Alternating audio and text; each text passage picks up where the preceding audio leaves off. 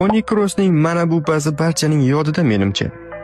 Vaskes to'pni Valverdega uzatadi, lekin Kroos hammasi joyida ekanligini unga ishora qilib, to'pni o'zi qabul qilib oladi.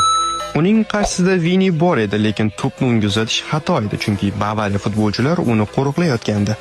Kroosning o'rnida boshqa futbolchi bo'lganda to'pni shunchaki Viniga berib yuborgan bo'lardi va yoki Bellinghamga uzatgan bo'lardi. Vini Kroosdan to'pni olish uchun unga yaqinlashdi. Bavariya yarim himoyachilari uni yopish o'rniga Kim Min-jae uni yopish uchun keldi va natijada orqada katta zona ochilib qoldi. Kroos Vinining ana shu zonaga ochilishini kutib turdi, hatto o'zi qo'li bilan ishora ham qildi.